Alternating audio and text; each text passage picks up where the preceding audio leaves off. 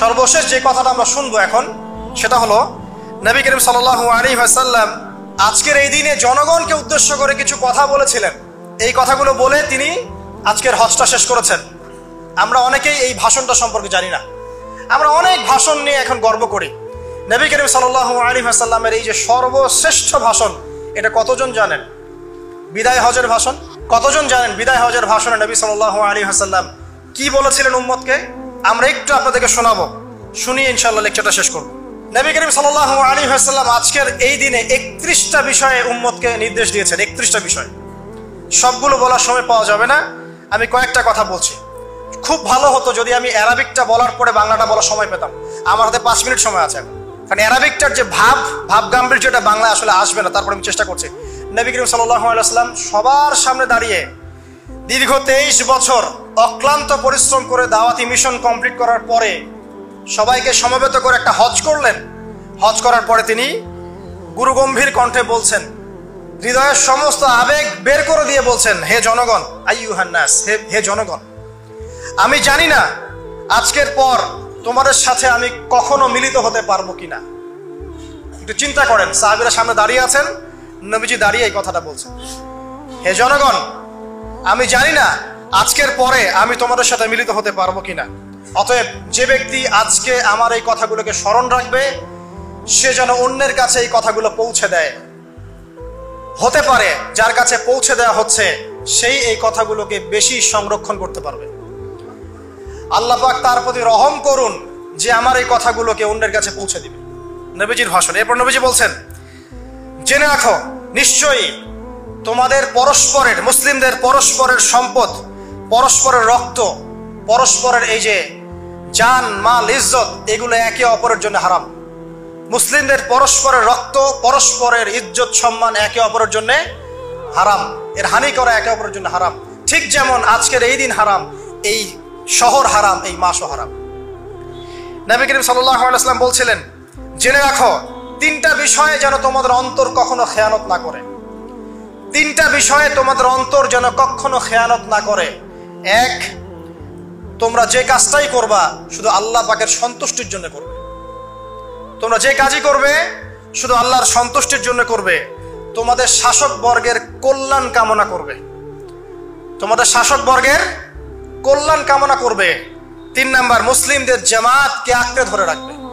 মুসলিমদের ইউনাইটেড কমিউনিটিকে আঁকড়ে ধরে থাকবে। এই 3টা বিষয় পালনের ক্ষেত্রে তোমাদের অন্তর যেন খেয়ানত না করে। এদিন সূর্য ঢলে যাওয়ার পরে নবী সাল্লাল্লাহু আলাইহি ওয়াসাল্লাম আরো বললেন, শুনে রাখো হে মানব জাতি, এটা ভালো করে শোনেন, শুনে রাখো হে মানব জাতি, নিশ্চয়ই আমি মুহাম্মদ সাল্লাল্লাহু আলাইহি ওয়াসাল্লাম জাহেলি যুগের যত কুপ্রথা আছে সমস্ত কুপ্রথাকে আমার পায়ের তলে পিষ্ট করে গেলাম। জাহেলি যুগে কি ছিল ভাই? শিরিক ছিল, সুদ ছিল, মাদক ছিল, নারীর অবমাননা ছিল, কন্যা সন্তানকে দাফন করা হতো, রক্তক্ষয়ী, হানাহানি, মারামারি, কাটাকাটি ছিল। এগুলো সবকিছুকে আমি আমার পায়ের তলে দাফন করে গেলাম। এটা কি দাফন হয়েছে? তিনি বলছেন, নিশ্চয়ই আমি জাহেলি যুগের সুদকে আমার পায়ের তলে পিষ্ট করে যাচ্ছি। সর্বপ্রথম যার সুদ আমি পিষ্ট করছি তিনি হচ্ছেন আব্বাস ইবনে আব্দুল মুত্তালিব, আমার চাচার সুদ। নিজের পরিবার থেকে দৃষ্টান্ত স্থাপন করলেন। তিনি আরো বললেন, হে উপস্থিত জনগণ, তোমরা মেয়েদের ব্যাপারে সতর্ক থাকবে এবং তোমাদের স্ত্রীদের ব্যাপারে সতর্ক থাকবে, তাদের হকের ব্যাপারে সতর্ক থাকবে, কেননা তোমরা তাদেরকে আল্লাহর কালিমার মাধ্যমে হালাল করে নিয়েছো। অতএব তাদের ব্যাপারে তোমরা সতর্ক থাকবে। তোমাদের উপর তাদের হক হচ্ছে তোমরা যা খাবে, যা পরবে, তাদেরকেও তাই খাওয়াবে, তাই পরাবে। আর তাদের উপর তোমাদের হক হচ্ছে তারা তোমাদের বিছানায় এমন কাউকে আসতে দিবে না যাদেরকে তোমরা অপছন্দ করো। নবী করিম সাল্লাল্লাহু আলাইহি ওয়াসাল্লাম আরো বলছেন, এই দিন আইয়ুহান নাস, হে মানব জাতি, তারাকতু ফিকুম আমরাইন, জেনে রাখো আমি তোমাদের সামনে মাত্র 2টো বস্তু ছেড়ে গেলাম। কয়টা বস্তু? লান তাদিল্লু মা তামাসসাকতুম বিহিমা, তোমরা কোনোদিন পথভ্রষ্ট হবে না যতদিন এই 2টা বস্তুকে আঁকড়ে ধরে থাকবে।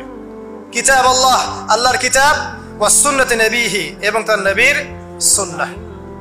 তিনি আরো বললেন, আল মুসলিম, জেনে রাখো প্রকৃত মুসলিম সে ব্যক্তি, মান সালিমাল মুসলিমুনা মিন লিসানিহি ওয়া ইয়াদিহি, যে ব্যক্তির হাত এবং জবান থেকে অন্য মুসলিম নিরাপদ থাকে সেই ব্যক্তি হচ্ছে প্রকৃত মুসলিম।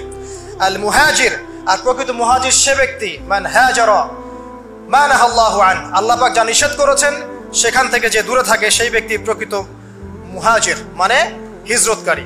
তিনি আরো বললেন, মনে রেখো আমি তোমাদের সবার আগে হাউজে কাউসারে চলে যাব, সুবহানাল্লাহ, এবং সেখানে আমি তোমাদের জন্য অপেক্ষা করতে থাকবো। অতএব শোনেন, অতএব তোমরা আমার চেহারাকে কালিমা লিপ্ত করো না, মানে আমার চেহারায় কালিমা লিপ্ত করো না, আমার নাম নষ্ট করে দিও না। আমি তোমাদের সংখ্যাধিক্য দেখে আল্লাহর কাছে গর্ব করব, আমাকে তোমরা অপমানিত করো না। আজকে কি আমরা তার দায়িত্ব পালন করে উম্মাহ হতে পেরেছি? নবীজি বলেছেন, তা আমার চেহারাকে কালিমা লিপ্ত করো না, সুবহানাল্লাহ। তিনি বলছেন, ওই সময় কিছু মানুষ থেকে আমি মুক্ত হয়ে যাব, আর কিছু মানুষ আমার থেকে মুক্ত হয়ে যাবে। বলা হলো, কারা ইয়া রাসূলুল্লাহ? তিনি বলছেন, আল্লাহ পাককে আমি বলবো, ইন্নাহুম মিন্নি, হে আল্লাহ এরা আমার উম্মাহ, এরা আমার উম্মত, আমার সাহাবী।